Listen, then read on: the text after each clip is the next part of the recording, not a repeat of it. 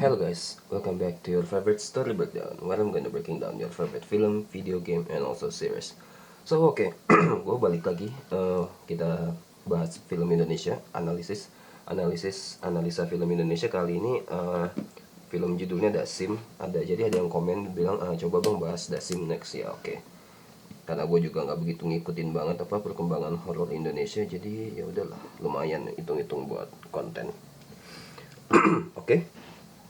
Oke, kita langsung aja ya. Pertama itu dari film ini adalah opening pertama nikah. Opening pertama nikah ya, nikah maksudnya cuma sebagai informasi aja kalau misalkan tokoh, kalau dua karakter utama kita nih pertama udah nikah. Terus yang kedua tuh tempat tempat nikahnya bagus, bah itu suka banget gue tempatnya cuy, megah gitu ya kan. Tempatnya megah, bagus, warnanya oke banget, jadi kelihatan lah kalau misalkan mereka ini orang kaya gitu ya kan. Oke, habis itu apalagi, oke, terus ketiga itu ada bukan scene ini gue di sini nulisnya scene mantra bahasa Arab, sebenarnya itu bukan scene mantra bahasa Arab, tapi itu kitab dari ini Syamsul Ma'arif, karena itu si Pak Kiainya sendiri yang bilang ini kitab Syamsul Ma'arif. Nah ini dari kitab ini bagus, ditampakin sebentar ya kan. Itu ditampakin sebentar aja, tapi itu impactnya kuat, powernya kuat, dikarenakan kita Indonesia sebagian besar itu orangnya Muslim, jadi merasa kalau ini tuh suci, a sacred gitu, jadi nggak usah dijelasin panjang-panjang tuh. Terutama lagi kan udah ada ya kan, sempat masuk ke YouTube tuh kayak jimat-jimat atau mantra, istilahnya kayak pesugihan-pesugihan kayak gitu, tapi pakai bahasa Arab kan udah sempet ada tuh. Jadi istilahnya kita udah nggak begitu apa sih istilahnya, udah nggak begitu asing lah. Jadi itu walaupun sebentar aja tuh, kayak misalkan cuma seret sekali, itu powernya langsung ada tuh. Itu jadi fungsinya tuh ini ya, ternyata sebagai info kalau misalkan adanya seseorang yang ingin berniat jahat, dan itu ada tuh nanti pas di endingnya tuh. Oke, selanjutnya. Oke. Ini gue rasa ini udah terlalu klise ya di film Indonesia, ataupun ya mungkin film Hollywood juga kali ya. Mimpi buruk mimpi buruk pas hamil, habis itu pindah rumah, itu terlalu klise, terlalu sering banget gitulah. Tapi gue bilang ini adalah sebuah bentuk yang bagus, karena ini adalah sebuah bentuk ada yang nggak bener sama pernikahan mereka. Jadi walaupun itu klise, istilahnya tuh ada penjelasan lah. Jadi istilahnya, kenapa lo mau pindah rumah, kan jadi ditanya lo kenapa mau pindah rumah. Kalau misalkan ditanya begitu harus ada jawaban jelasnya. Kenapa lo pindah rumah? Oh, di sana di sana enak, lingkungannya enak, tetangganya baik, dan lain sebagainya, udaranya enak. Oh oke, bisa dijelaskan. Nah di sini alasan klisenya bagus. Kenapa mereka pindah rumah? Pindah rumah, walaupun sebenarnya ini agak terlalu klise kan, mimpi buruk pas hamil, tapi ini karena ini adalah konteksnya film, tapi ini sah-sah aja. Mereka tuh pindah rumah pas hamil karena mimpi buruk, dikarenakan ada sebuah hal yang nggak bener sama pernikahan mereka. Jadi itu sah-sah aja sih. Oke, nah di sini tuh kan, di sini kan hamilnya ini kan cuma 4 bulan ya. Cuma hamilnya kan 4 bulan, jadi kayak kurang kelihatan ya kan. Jadi menurut gue tuh hamil 4 bulan ini kenapa nggak bisa dibuat lebih tua aja gitu. Jadi istilahnya kalau misalkan karena ya, kalau menurut pandangan gue pribadi sebagai gue seorang penulis skenario sekaligus gue seorang analis, kenapa hamilnya harus dibuat 4 bulan kalau misalkan kita bisa buat jadi 8 bulan. Kenapa bang harus 8 bulan? Karena ada dramatiknya. Harus ada dramatiknya kan, nanti di situ kan ada scene yang dimana Salma itu lari dari rumah, udah gitu rumahnya itu kan bentuknya nanjak gini kan. Kalau misalkan hamil tua, jadi istilahnya apa? Ya jadi ya kan, beban yang di perutnya kan semakin ini kan, semakin berat, udah gitu semakin gak boleh capek. Jadi istilahnya pas dia nanjak itu udah susah payah. Penonton berharap dia selamat karena dia lagi hamil. Iya, itu kenapa jadi dramatiknya ada, penonton jadi gelisah, jadi ayo ayo buruan buruan gitu. Itu dramatiknya ada. Nah dari salah satu buku penulisan skenario yang gue baca adalah eh dramatik itu ngebuat penonton itu tetap duduk, pokoknya tetap stay, tetap stick matanya ke ini apa ke film. Karena kalau nggak ada dramatik ya udah ini film basi, hambar, nggak usah diproduksi sekalian. Bahkan ini sih hamilnya kenapa cuma 4 bulan, tapi kenapa nggak bisa dibuat aja 8 bulan atau enggak awal masuk 9 bulan pertama, itu bahkan lebih bagus lagi. Tapi tapi mungkin ini kali apa mungkin kalau menurut gue ya, kan pas di endingnya itu kan ini apa keguguran ya, jadi tuh ada dramatik hamil tua jadi lebih ada dramatik, udah gitu kesedihannya jauh lebih dalam, penonton jauh lebih simpati. Oke. Oke, iya iya iya iya. Nah ini kan pas scene pagi itu kan lagi packing ya kan, lagi packing mau pindah ke rumah mertua ya kan. Nah di sini tuh kenapa pas packingnya itu nggak malam, pas nggak malam aja? Karena yang di situ yang kita lihat itu kan packing pagi ya kan, terus tiba-tiba ada shower nyala. Mendingan gini, packing pas lagi packing itu kenapa nggak malam aja? Karena terus selanjutnya adalah ada shower nyala. Istilahnya kayak wah gila ini pagi-pagi kok setan udah mulai nyalain showernya kan, mikirnya gitu penonton. Tapi ini apa, kenapa harus begitu? Kenapa harus pagi? Terutama lagi si Salma itu naruh botol doa di kamar mandi. Terus pas diangkat botolnya jadi hitam, ya kan? Bahkan sampai jatuh juga. Dikarenakan itu pagi, penonton tuh kurang berasa gitu dapat ketegangannya.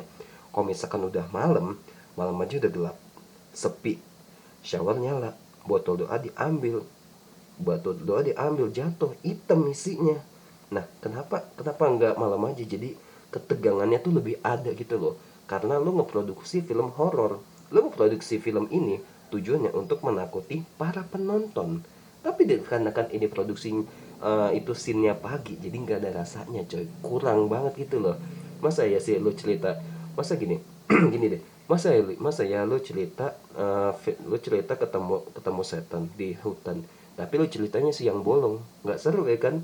Maupun lo bilang lo ngedeskripsiannya jelas banget, temen lo pada dapat bayangannya, kurang dapat kan lo ceritanya malam. Kalau apa pagi, kalau lo ceritainnya malam itu tegang banget boy.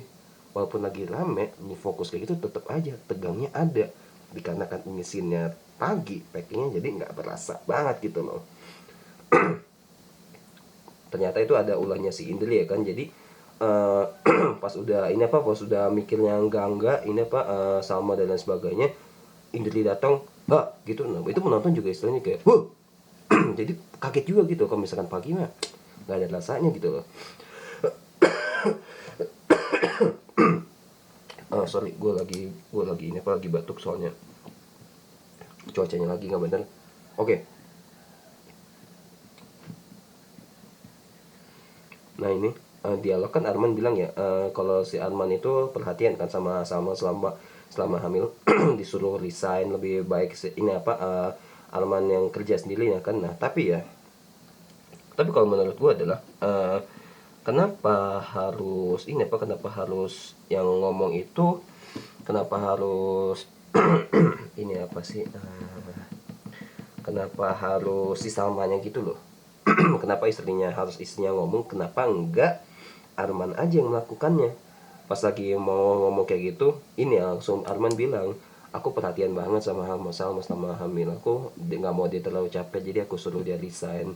Lebih baik aku aja yang kerja sendiri, terlebih lagi dipegang dielus perutnya. Sama kan lagi hamil anak pertama, masa iya aku biarin dia capek? Penonton jauh lebih percaya dibandingkan istrinya yang ngomong.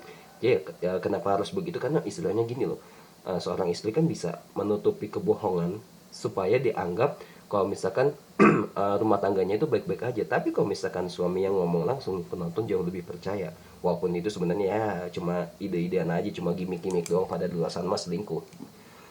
Tapi dalam konteks film ini bisa meyakinkan penonton jauh lebih dalam lagi.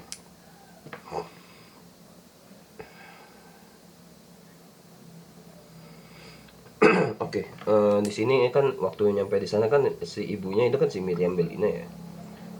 Si bilang ibu nggak suka gorden dibuka. Nah, itu gue suka tuh. Di situ pengucapan nadanya bagus, seakan-akan pas pertama kali gue denger itu apa ibunya ngomong kayak gitu, karena nadanya kan gitu ya, nadanya begitu kan, itu seakan-akan gue kayak mikir, wah jangan-jangan nih apa segala yang nggak bener tuh asalnya dari ibunya nih. Dia jadi apa menyampaikan nadanya enak banget, seakan-akan gue mikir kayak wah kayaknya ibunya nih apa pelakunya nih kan. Terus nggak ada lagi yang namanya musik spot, jadi musik yang khusus di dalam satu adegan doang, kayak misalkan nah itu kan buat horror kayak gitu kan, itu kan ada rasanya tuh ya di penonton ya kan.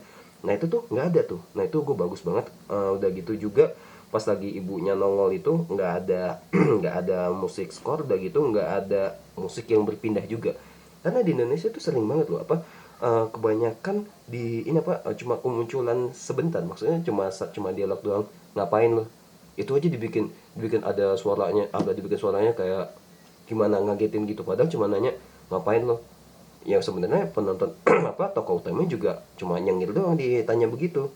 Nah di sini tuh bagusnya tuh ibunya tuh udah nadanya meyakinkan, seakan-akan gue mikir ini ibunya pelakunya.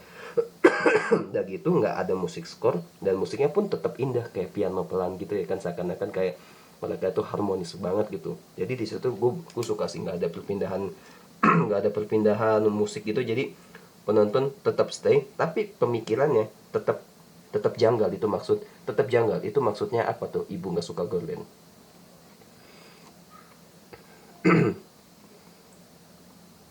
Oke. Eh,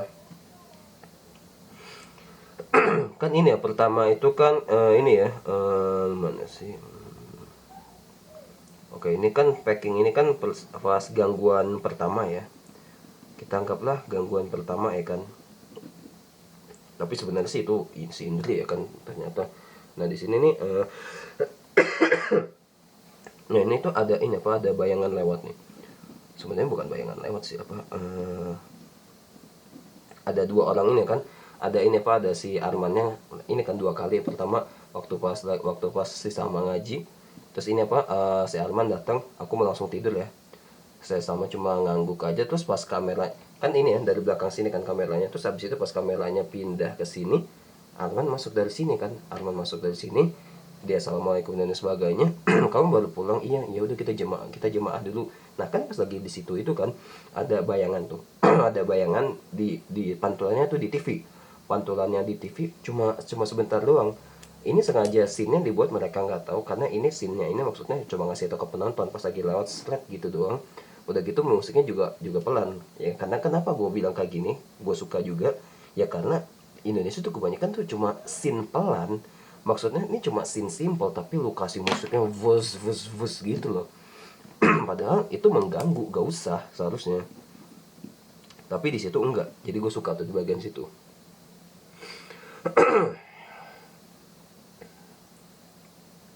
Nah oh iya, di situ juga kan dia bilang aku nggak mau ini apa kejadian kejadian ini apa kejadian yang sama terjadi waktu kita dikontrakan.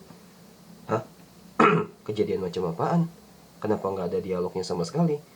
Ya maksudnya kan ini kan mereka kan pindah pindah ke rumah mertua ya, jadi gue mikir seharusnya dialog apa yang terjadi pada sama mereka waktu semasa di kontrakan ini seharusnya ada waktu pas lagi scene di rumah, waktu scene di rumah pas lagi mereka mau packing, ngobrolnya sama Indri gitu, atau enggak ini apa si Arman yang ngejelasin langsung tujuan aku pertama, tujuan aku pengen pindah tuh selain aku mengalami mimpi buruk juga, terus aku tuh ini apa ada juga apa kejadian yang bikin aku agak gak nyaman sewaktu dikontrakan misalkan kayak gitu. Terus Arman ngejelasin iya jadi waktu itu atau ada kejadian gini-gini dan sebagainya, sampai ini apa sampai Salma tuh nggak bisa tidur misalkan buat seharian padahal dia lagi hamil dan lain sebagainya. Nah itu tuh jelas, ini tiba-tiba ujuk-ujuk langsung ada aja nih di kontrakan emang apaan, kan ini yang tahu kan cuma lo doang, penonton nggak ngasih tahu, iya kan. Itu ya kesalahan kecil sih, tapi ya seenggaknya penonton harus tahu apa yang udah pernah mereka lalui gitu. Penting apa nggak penting, kalau menurut gue sih penting sih. Oke. Nah nah ini kan di mimpi ini kan ini ya apa di mimpi ini kan geluduk ya kan, geluduk ya, geluduk geledek sama aja lah. Geledek udah gitu hujan. Menurut gue pas lagi mimpi ini nggak usah. Kenapa kayak gitu? Dibiarin kosong aja. Yes, kan itu kan jamnya kan menunjukkan jam 12:10 kan, malam gitu kan. Ini kita ngomongnya konteks film horor ya kan. Jadi lu nggak harus menambahkan atmosfer yang lain untuk mengatakan bahwa ini adalah film horor. Nih ya, lu buat film horor, tokoh utamanya kebangun jam 1 aja itu udah penonton tuh udah tahu, wah kenapa nih, pasti ada yang nggak bener nih. Nah ini gue nggak tahu sutradaranya atau gimana ya. Ya ini diterima-terima aja kayak gitu loh. Udah pertama mimpi, terus geluduk pakai hujan segala. Ya seharusnya tuh nggak usah. Lu tuh kan ngebuat film horor, kebangun tengah malam udah pasti penonton tahu ada yang salah. Jadi itu mendingan kosong aja. Kosong aja jadi penonton fokus pas dia kebangun. Pas kebangun dari atap netes darah ya kan. Dan ternyata dia mimpi. Nah di dalam mimpinya lagi di situ dia tuh ada setan muncul dari ini apa muncul setan muncul dari selimut. Setan muncul dari selimut. Nah jadi ini kita nih langsung nyambung nih ya. Setan muncul dari selimut dan itu keadaannya sama, lagi geluduk menjelang hujan juga. Terlebih lagi setan di balik selimut itu belum sempat muncul mukanya, itu udah langsung di-cut ke mukanya si Salma. Nih, setannya belum nongol, belum sempat kelihatan, langsung di-cut ke mukanya Salma lagi teriak. Penonton harus tahu, boy. Kan awalnya cuma dari ini kan, cuma dari TV doang kan. Mukanya kayak gimana? Ini mukanya pengen nongol, di-cut langsung ke mukanya Salma yang lagi teriak. Why? Kenapa harus begitu? Seharusnya tuh penonton tuh tahu gitu loh, oh ini loh mereka, ancaman mereka tuh ini, tapi itu malah di-cut gitu. Buat apa gitu, maksud gue gak jelas itu loh. Oke, terus abis itu oh ya kan dia kan sempat ngeluarin suara cuma sebentar doang. Seharusnya sih agak sedikit lama ya, seharusnya sih agak sedikit lama biar apa, ketegangan. Karena ini adalah horor itu nggak jauh dari yang namanya ketegangan, atau bahasa lainnya, bahasa Inggrisnya tension. Horor itu nggak jauh dari yang namanya tension. Jadi pas dia ini apa, seharusnya tuh agak, pas ngeluarin suara tuh agak lama. Kalau bisa tuh ini apa, penonton bukan, pas lagi ngeluarin suara tuh ada serangan juga, misalkan kayak dicekek gitulah. Jadi pas sadar tuh ini apa, langsung kaget. Udah gitu armanya juga langsung kenapa kamu mimpi apa, gini gitu dan sebagainya. Nah jadi ketegangannya ada, boy. Buat apa ada ketegangan? Supaya penonton mau tetap nonton. Karena masa iya lu udah ngeluarin uang miliaran tapi nggak ada yang nonton, ya lu rugi bandar kan. Oke, habis itu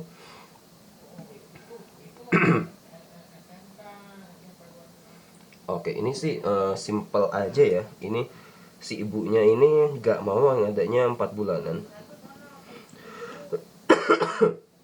Si ibu ini nggak mau adanya 4 bulanan. Ya gue mikir juga, wah kayaknya nih ibunya nih menyimpan sesuatu nih. Gue mikir bahwa kalau ibunya pelakunya nih, gue mikir kan.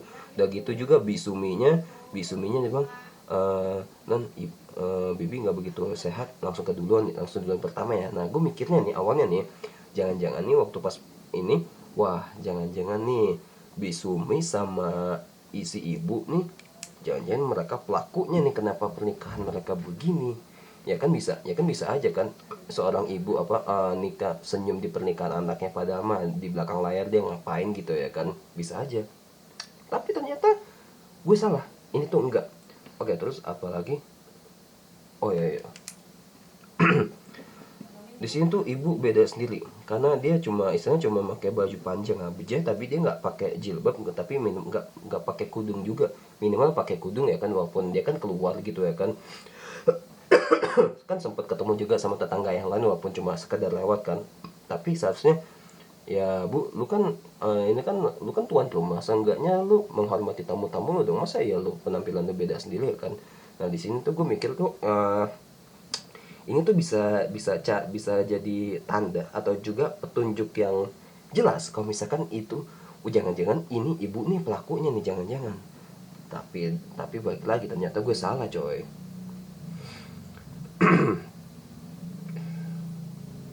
Oke, sekarang kita di scene ini apa, waktu waktu scene ini apa, Salma lagi ngewarna ini apa, istilahnya kalau kalau menurut lo semua itu kayak miniatur, tapi kalau gua, karena gua kuliah film ya kan, itu namanya tuh maket. Iya, itu namanya maket. Jadi istilahnya ini loh apa, jadi istilahnya tuh sebuah gambaran ruangan sebuah gambaran ruangan di tempat kecil nih. Jadi misalkan gini, gue pakai tempat sekecil ini nih, dari ini kan, dari apa, dari sumpit bekas ya, dari Hokben. Jadi misalkan gue pakai tempat ini, gue bilang, jadi gue desain kamar nih, misalkan kamar nih, jadi ketahuan nih, ini tuh di sini ada kasur, di sini ada piano, sini komputer, di sini itu apa, lemari, di sini jendela, di sini karpet, sofa, di sini kaca dan lain sebagainya. Nah itu pandangannya tuh dari atas. Nah itu namanya maket. Tapi itu kan pandangannya dari samping gitu ya kan. Ya mungkin mungkin bahasanya bisa bisa beda lagi. Tapi kalau arsitektur tuh juga ngebuat kayak gituan. Karena kebetulan di situ si Arman itu kan ini apa, kerjanya sebagai seorang arsitek kan. Nah pas lagi itu kan ada, lu denger kan suara jatuhnya itu kayak apa. Tapi ternyata yang jatuh barangnya cuma kayak, barangnya cuma kayak biji melinjo apa, pokoknya yang jatuh kan. Nah ini kan bola bola ini kan, bola pingpong kan jatuhnya begini, itu bunyinya tuh kayak jatuh apa gitu, tapi malah malah jatuhnya tuh cuma kayak biji melinjo gitu. Kok begitu sih, salah nih, nggak bagus apa, nggak bener. Ya kenapa gua tulis itu dalam analisis gua, ya karena ini apa, semua yang ada di dalam film itu penonton gak bisa membedakan mana yang penting sama yang nggak penting. Oke. Hmm, oh iya iya iya iya iya. Sebenarnya sih nggak jauh beda ya. Nah kan pas lagi scene itu kan, balik lagi nih. Pas lagi scene ini, kapan? Pagi. Salah. Ini scene-nya pagi, salah besar boy. Seharusnya malam. Buat apa bang? Buat ketegangan, buat ada tension. Karena terlebih lagi apa? Si Salma ngambil center. Mbak, ya Allah mbak, itu pagi mbak, terus kok pakai center gitu. Gue ngerti maksudnya tuh buat ngeliat ke dalam ya, tapi kenapa nggak dibuat malam aja sih sekalian, biar penonton tegang, was-was dan lain sebagainya. Jadi apa, jadi penonton mau tetap nonton, dikarenakan ini adalah film horor, mereka beli tiket supaya ditakut-takutin. Tapi yang ada malah apa, kejadian mistis pagi-pagi, kan kocak. Masa ya lu percaya sih sama temen lu, gue lihat ini apa, kuntilanak terbang warna merah jam 7 pagi. Lah jam 7 pagi orang orang baru pada bangun tidur, pada mau berangkat kerja, lu dengar kayak gitu ketawa nggak ya? Kalau gue sih ya yain aja, gue biar dia seneng. Ya jam 7 pagi lagi ada matahari, kan istilahnya kan setan kan nggak suka matahari. Kalau gue sih ya yain aja biar dia seneng. Nggak bener boy, seharusnya malam biar ada ketegangan.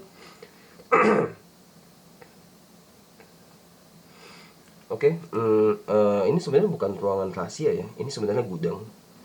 Di sini gudangnya juga bagus. Dia gudangnya itu ukuran ukuran frame-nya itu, maksudnya itu ukuran ukuran ruangannya itu, ukuran dari depan ruangannya itu pas banget, kayak cuma segini doang ya kan. Kayak cuma segini doang, udah gitu langsung langsung los gitu aja, hitam, nggak ada lampu.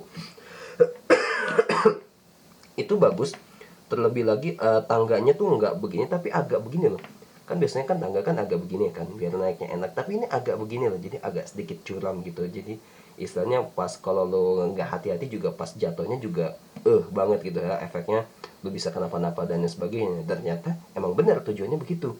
Pas lagi dilihat ternyata di situ ada setan apa yang warna merah gitu kan mukanya. Nah itu si Salma itu dia tuh turun ke belakang tuh nyenggol gucinya ibu. Oh ternyata emang sengaja kayak gitu, mungkin bagus bagus tuh kayak gitu. Tapi balik lagi, seharusnya kapan? Malam, bener. Harusnya malam, jangan pagi kayak gitu, nggak jelas.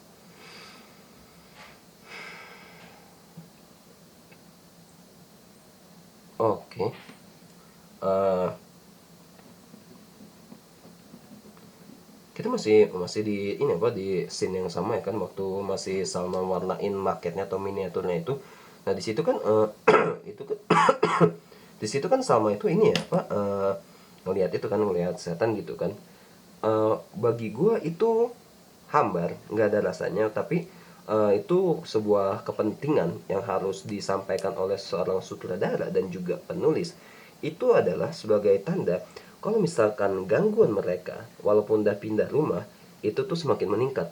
Yang awalnya cuma sekedar lewat doang, sekarang mulai nyerang. Nyerangnya gimana? Nampakin diri dulu, karena harus dari pelan-pelan dulu, harus dikit-dikit dulu. Kalau misalkan lo buat film horor gangguannya langsung langsung gede kayak gitu, penonton bakal kabur. Kenapa? Ya udah tahu gangguannya begitu, ngapain gangguannya udah langsung gede di awal, penonton bakal kabur. Oh ya udah begitu aja. Tapi ini sedikit-sedikit dulu, jadinya bagus tuh.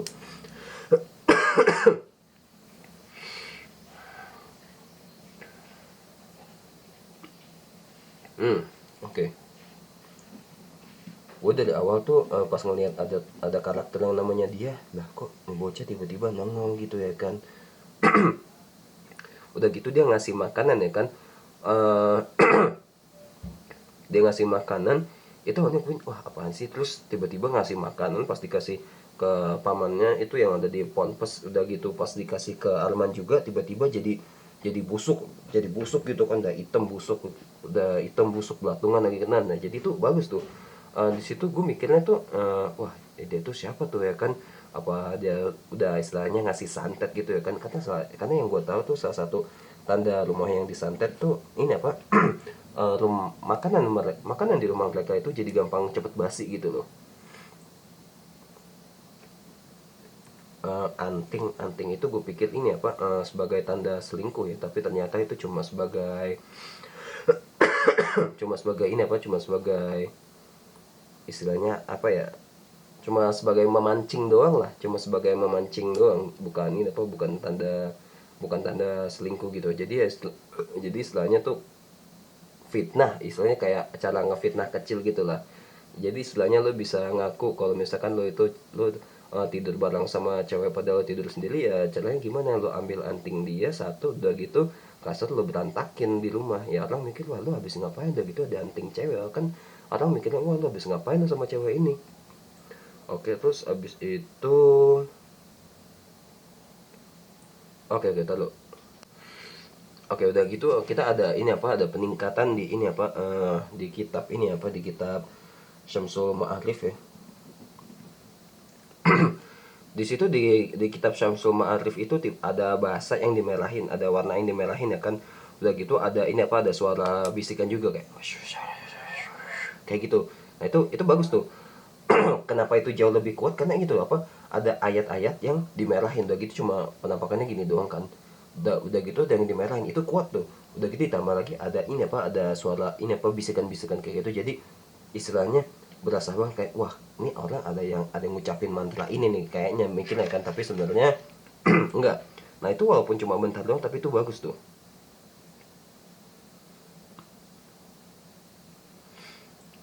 Oke. Nah ini scene-nya Mbok Sumi pas lagi buang sampah. Waktu pas lagi Bosumi buang sampah kan tiba-tiba ini ya, apa ada ini apa, ada ini kan, ada si setannya itu kan muncul gitu kan. Kayak cuma ngangkat tangan, niatnya tuh kayak pengen mencelakakan, tapi ternyata nggak mencelakakan. Kalau lo tanya bang itu menurut lo scene-nya hambar gak? Hambar banget. Tapi itu sebagai bukti bahwa, sebagai tanda juga kalau gangguan mereka itu semakin naik, udah mulai menyerang, buktinya udah ke Bosumi. Jadi itu fine fine aja. Oke. Udah gitu tiba-tiba ada scene gempa bumi. Nah ini nih scene gempa bumi ini menurut gue nih nggak perlu. Kenapa itu nggak perlu? Karena gini loh. Karena gini, ini nggak masuk di konteks film. Terus kenapa tiba-tiba ada, udah gitu nggak masuk di logika naratif. Jadi gini, logika naratif itu adalah logika cerita yang lo buat. Jadi misalkan jadi lo misalkan buat ini apa, logika cerita yang yang super fiksi banget lah. Lu buat anak kecil bisa punya kekuatan air, jadi anak kecil itu bisa mendatangkan air dari mana aja. Itu nggak masuk akal, tapi kalau karena lu membuat film, karena lu membuat cerita itu sah, dan itu namanya logika naratif. Nah udah gitu, ini film tuh tiba-tiba kok ada gempa bumi. Ini di luar konteks film banget, dikarenakan apa? Karena gangguannya itu dari setan yang nunjukin badan, yang nunjukin tubuh. Awalnya kan ini kan yang bikin makanan busuk, terus tiba-tiba ini apa, nampakin diri, terus tiba-tiba kenapa jadi ada gempa bumi gitu loh. Kan ini kan hantu ya kan. Kan ini hantu yang istilahnya cuma cuma satu orang doang, tapi dia bisa sampai buat gempa bumi gitu loh. Lah ini maksudnya gimana coy? Ini nggak masuk akal, ini nggak masuk dalam konteks kan. Terus tiba-tiba kok bisa ada, kalau misalkan itu ternyata, kalau misalkan si Salma yang ternyata lagi ketiduran karena kecapean, ya udah itu mimpi gak apa-apa. Tapi masanya ini dia sadar, ini nggak bagus banget. Jadi seharusnya sini tuh nggak usah ada lah, percuma, cuma buang-buang doang.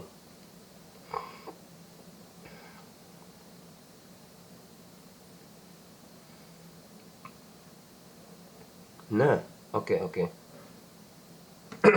Ini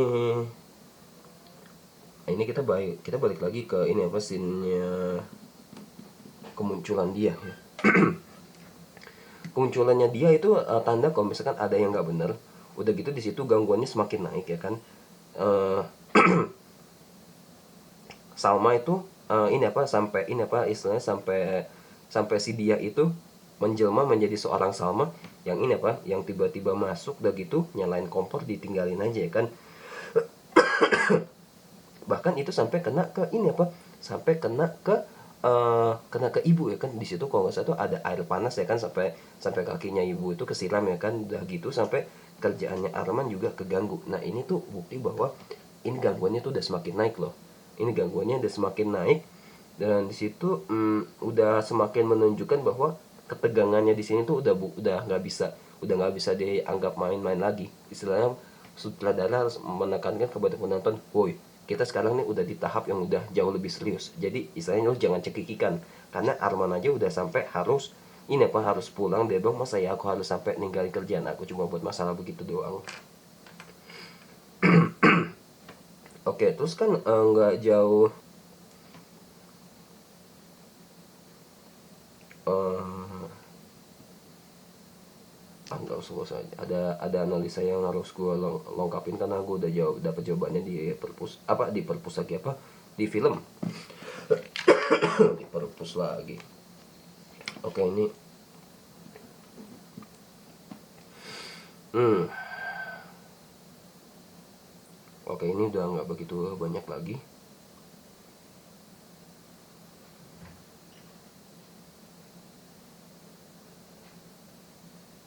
Yap, jadi gini loh, waktu pas lagi Pak Kiai di perpus ini apa, di perpus pondok pesantren, lagi-lagi dibuat apa, iya lu tahu, ada geledek terang kayak pengen hujan gitu.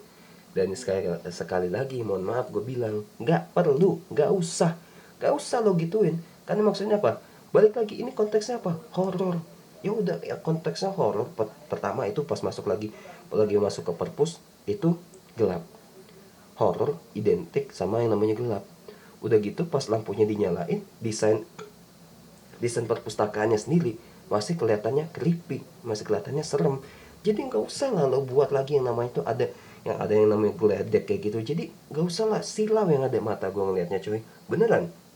Gue keganggu sih sama scene itu. Ya karena balik lagi, lu kan ngeproduksi horor, jadi ya udah lu nggak usah mengulangi apa yang udah lo lakukan sebelumnya. Karena itu jatuhnya cuma repetitif, cuma repetisi, bukan duplikasi. Kalau misalkan repetitif dan film itu dilarang, kecuali emang konsep film lo ngebuat yang namanya repetitif.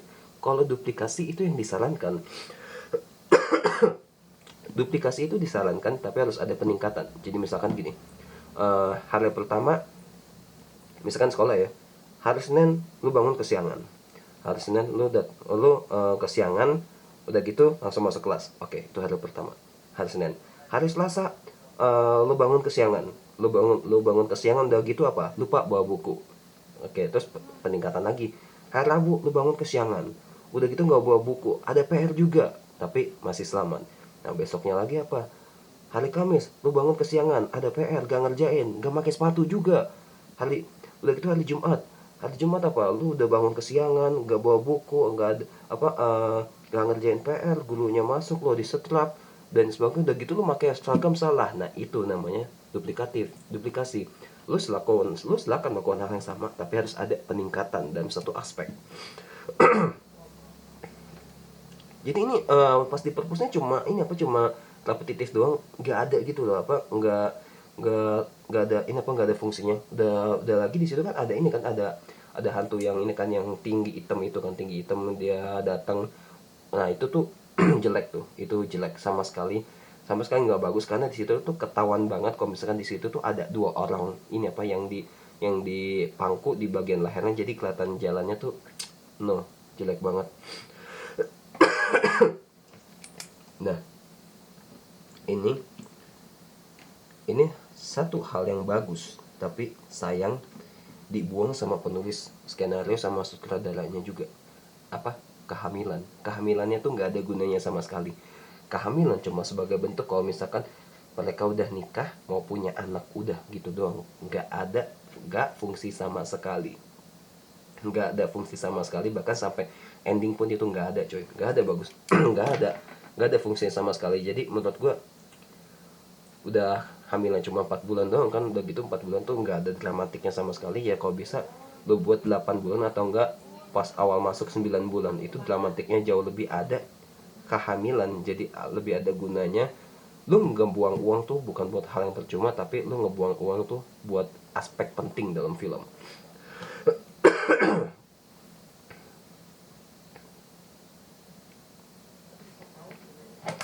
Nah, oke, ini kita udah masuk di ini apa, di scene-nya dia di rumahnya itu kan.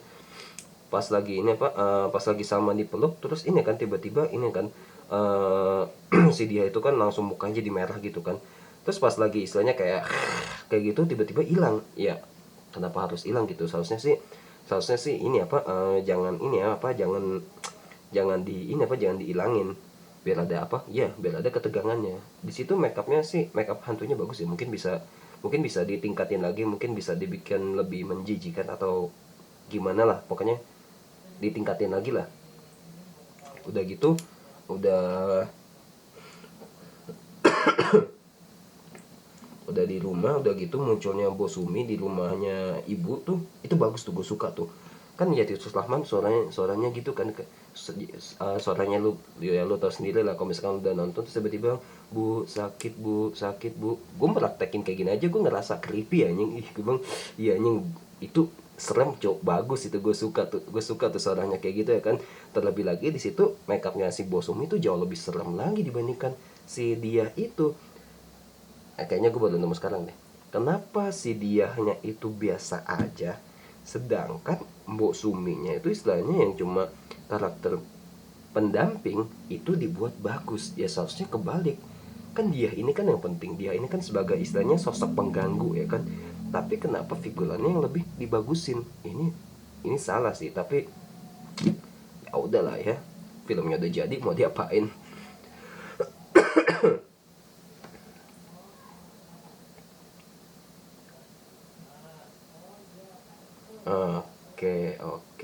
Oke. Nah ini nih apa, waktu pas lagi pulang dari rumahnya dia nih, di sini tuh kan, ketegangannya lagi naik ya, kenapa, udah si Salma itu ketemu sama dia versi yang hantu, udah gitu si Mbok Sumi itu udah neror ibunya. Si Bosumi udah neror ibu.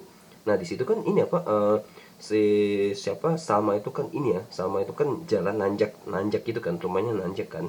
Nah itu jalannya bagus, itu ada dramatik, tapi unsur pentingnya tuh nggak ada. Ya itu di mana, di hamilnya itu seharusnya tuh dibuat tua, kok bahkan kok bisa awal 9 bulan nih, udah masuk udah masuk tepat 9 bulan itu jauh lebih bagus lagi. Karena apa, jadi pas lagi lari dia susah apa, kecapean gitu kan, karena udah perutnya udah semakin berat. Penonton semakin khawatir, semakin worry, semakin cemas gitu ya, semakin cemas supaya apa? Supaya Salma ini selamat karena lagi hamil, terlebih lagi udah mau ngelahirin karena udah 9 bulan pas. Nah, itu kalau misalkan kayak gitu penonton lebih ada dramatiknya. Pasti hasilnya jauh lebih berbeda tuh. Pasti bisa jauh lebih beda tuh. Karena waktu di situ hamilnya cuma 4 bulan, jadi ya naiknya tuh bisa gampang aja udah gitu masuk ke rumah. Disitulah ini apa si siapa si Salma tuh ngeliat ini apa apa setannya gitu kan, yang bisa jadi 3 gitu kan, yang hitam dia sama ini apa sama cewek yang di brand ambassador itu. Nah udah gitu sekarang kita ke scene di apartemennya Indri. Nah di situ kan ada ini apa di situ kan ini apa si Salma bilang kan, kamu jahat banget, diem diem. Nah itu dialognya tuh jelek cuy, jelek. Seharusnya itu bahasanya tuh harus direvisi itu, karena jadinya apa, template sinetron banget. Template-nya sinetron banget. Kalau misalkan lo ingat gimana apa dialog sinetron dibuat, itu tuh yang nggak jauh beda coy dari sinetron rebutan harta tuh ya. Dialognya tuh nggak jauh dari jahat banget, diem diem dan sebagainya. Jadi nggak banget lah. Udah gitu eh kan ini apa si Indri kan sempat teriak teriak ke Salma. Udah gitu gue lupa apa yang diomongin. Itu balik lagi apa jelek coy, rasanya kayak apa, template sinetron banget. Jadi gue rasa ya jadi seharusnya si Indri itu cara pengucapannya itu harus dibenerin, karena itu jadinya sinetron banget loh. Gue nggak suka sih beneran. Jadi apa istilahnya, pas lagi tiba-tiba lagi serius tiba-tiba ada dialog yang nggak profesional, ngeganggu banget. Terutama lagi itu istilahnya udah lagi tensinya tinggi kan, penonton mikir bahwa kalau misalkan si Arman, wah Arman tuh selingkuh tuh sama ini apa Indri apa temannya sahabatnya Salma gitu. Jadi seharusnya tuh bisa di take ulang itu. Oke. Nah sekarang kita tuh lagi ada di scene istilahnya eksorsis ya. Sebenarnya sih bukan eksorsis, apa rukiah ya kan, rukiah di situ. Lo kalau misalkan udah nonton ya seharusnya lo tahu ya kan apa yang mau gue omongin di bagian scene rukiah itu. Yes, lo tahu itu apaan. Geledek, geledek jadi istilahnya nge-flash kayak gitu. Silau mata gue. Nggak berguna. Penonton tahu ini lagi rukiah ngeluarin setan. Ini penonton tahu ini konteksnya film horor. Maksudnya ini tuh lagi mau ada ketegangan. Lo nggak usah pakai begituan. Penonton ngerti kalau ini tuh konteksnya horor buat ditakut-takutin. Tapi kenapa lo harus ada geledek lagi? Sekali lagi, geledek ini percuma, buang-buang uang, gak guna sama sekali. Oke, di sini udah gitu di sini kita ada ini apa transisi karakter ya, transisi karakter Salma ya. Di sini gue suka transisi karakter Salmanya, karena yang pas awalnya dari sepanjang film kan biasa aja, terus tiba-tiba pas lagi saya lagi kesurupan, dia tuh ketawanya tuh meyakinkan banget gitu, mukanya juga jadi tiba-tiba beda gitu. Yang awalnya gue mikir kayak istilahnya kayak karakternya istri yang melankolis, jadi tiba-tiba ketawa gitu, ketawa istilahnya kesurupan. Itu transisinya bagus, gue suka. Itu sangat sangat sangat meyakinkan gitu, itu sangat meyakinkan banget. Jadi walaupun itu cuma sekejap tapi itu bagus. Nah oke, setelah itu kita di ini apa, setelah scene apa sih, scene Rukia. Setelah scene Rukia kan ini apa mungkin ini apa si Salmanya itu keguguran kan. Udah gitu si kita ngeliat kalau misalkan si Arman itu sedih kan, tapi Arman sedihnya tuh kayak kenapa terlisaknya cuma pelan-pelan gitu loh. Maksudnya ini kan istri lu lagi hamil coy, lagi hamil 4 bulan, terus tiba-tiba harus keguguran. Masa lu nggak terisaknya kayak yang parah banget sih, istilahnya yang lebay gitulah ya. Nah, terus pas di depan pintu operasi itu actingnya juga cuma biasa aja, cuma cuma dia ini apa cuma dia terisak ngeliatin dari balik jendela, terus habis itu dia megang palanya. Nggak, itu apa, jelek, itu nggak meyakinkan sama sekali. Lo itu seorang suami yang khawatir bahwa anak lo itu akan keguguran. Kecuali lo seorang suami yang khawatir kalau selingkuhan lo itu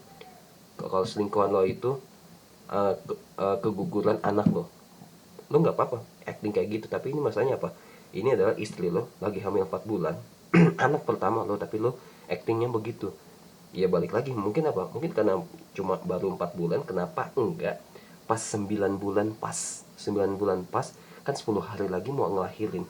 Jadi si Arman terisaknya tuh bisa parah, actingnya tuh bisa sampai lebay gitu, bahkan pas udah di pintu operasi itu dia tuh sampai istilahnya kayak jatuh tersujud-sujud, sampai sampai dia tangannya tuh ngepel-ngepel gitu ke lantai ke rumah sakit. Jadi istilahnya tuh penonton tahu, wah dia ini lagi sedih banget boy, karena apa, istrinya udah hamil 9 bulan pas, tinggal bentar lagi hamil, tapi malah kejadian kayak gini sampai harusnya keguguran.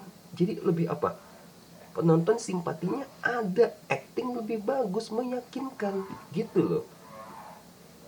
Nah balik lagi, gue menyinggung hal yang sama pas lagi di akhir ya kan, karena hamilnya cuma 4 bulan doang mungkin ya. Gue nggak ngerti sutradaranya gimana ngedirectnya.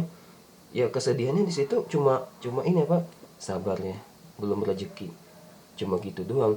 Kalau misalkan itu Salma udah lahir udah 9 bulan pas, gue yakin pas Salmanya tahu dia anaknya nggak tahu kemana, gue yakin ibu sama si Arman pasti bakal otomatis nangis jerit, terutama lagi Salma.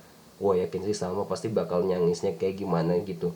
Bahkan bisa dari situ bisa melahirkan apa, bisa melahirkan sebuah trauma kalau Salma itu nggak pengen hamil lagi. Karena kan apa, udah 9 bulan tapi keguguran. Karena apa, karena ada rumah tangganya keganggu. Nah ini bisa jadi lebih bagus lagi endingnya.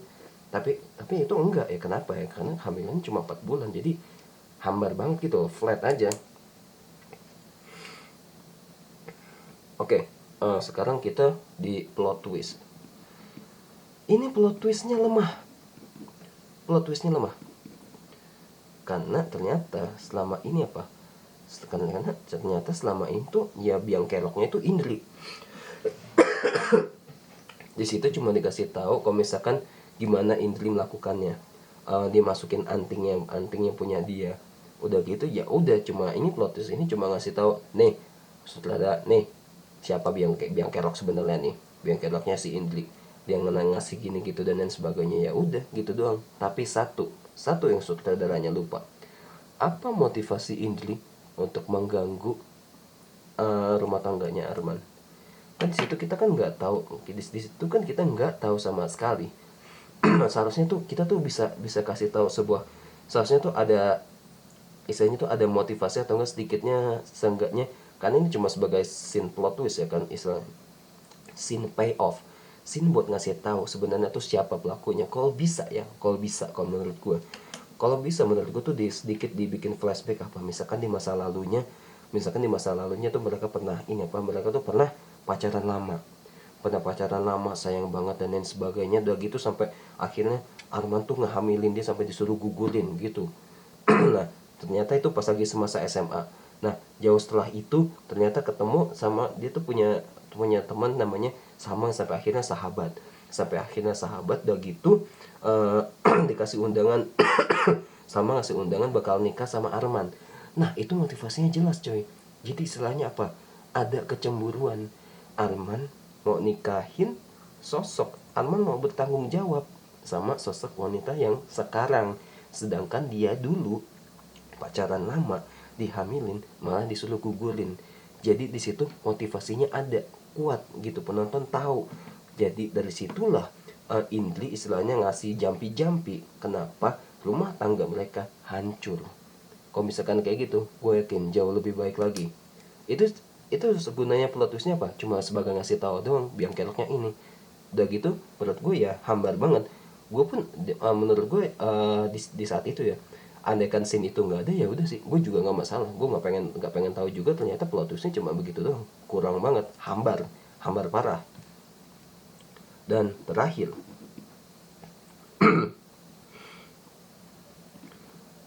kita ngomongin scene serem ya sekarang. Scene serem, lo dan gue, kita pasti tahu scene malam itu enak, scene serem itu dibuatnya kapan? Yes, malam. Anak kecil juga pasti tahu film horor itu scene malam paling enak, paling serem. Tapi masalahnya pada film ini adalah scene yang seharusnya serem dibuatnya kapan? Pagi. Yes, pas lagi nih, pas lagi pembukaan ya, pas lagi buka pembukaan nih, packing, pas lagi packing ya kan, terus ada shower nyala, udah gitu botol hitam jatuh, itu kapan? Pagi. Seharusnya apa? Serem. Seharusnya itu serem kan, kayak udah gitu terutama itu ada botol kayak gitu, mikir wah ini apanya, santet atau dan sebagainya. Itu kapan? Pagi.